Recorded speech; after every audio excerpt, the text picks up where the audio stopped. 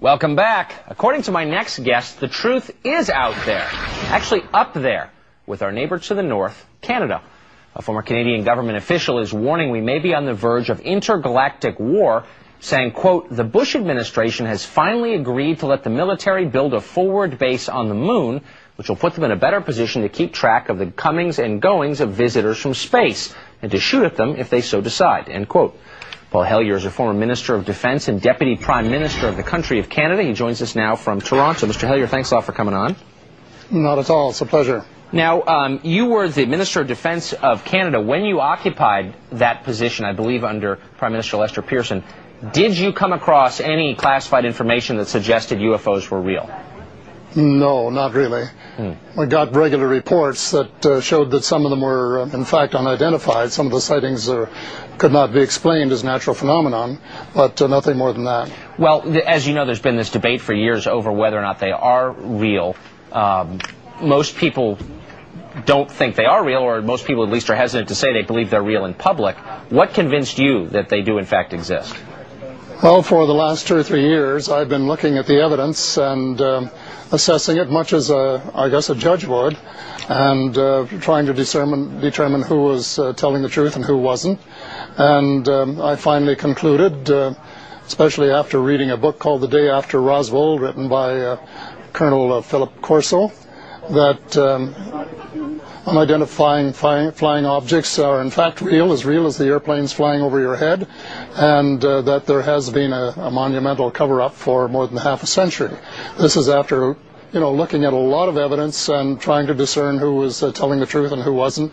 And I have concluded unequivocally that the people who claim that they have either seen UFOs or have seen classified documents about UFOs or have seen wreckage from the crash at Roswell on or about July the 4th of 1947 are the ones who are telling the truth. And consequently, I'm basing my my policy considerations on that. Where did you come across this information that the Bush administration is building a forward base on the moon?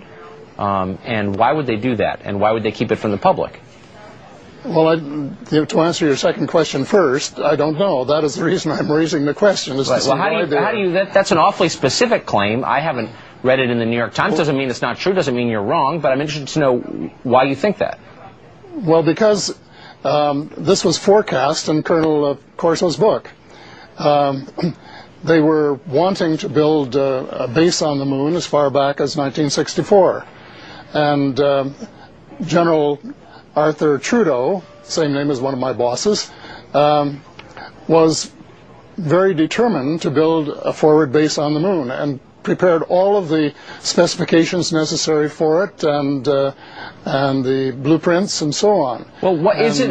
Pardon me, I don't mean to interrupt you, but doesn't this make sense? I mean, if in fact there are extraterrestrials and they're buzzing our planet, why wouldn't we want to take steps to defend ourselves from them should they turn hostile? Well, I think the critical question is whether or not they're hostile. You see, when the crash first occurred, General Nathan Twining in Roswell later became after that crash occurred, he declared that they were enemy alien. Now, there's no evidence that I have seen that would really convince me that they are in fact, enemy.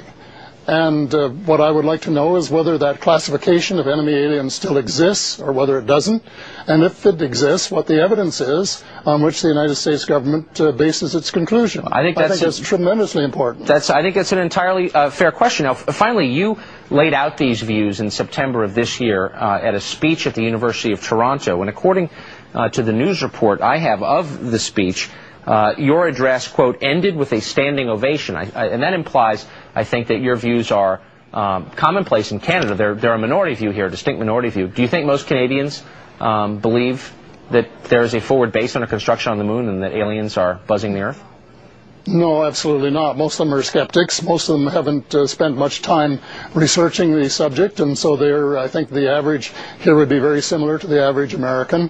And I'm hoping that maybe we can persuade the Canadian Senate to hold hearings and listen to some of the 400 witnesses that your Dr. Stephen, what's his name?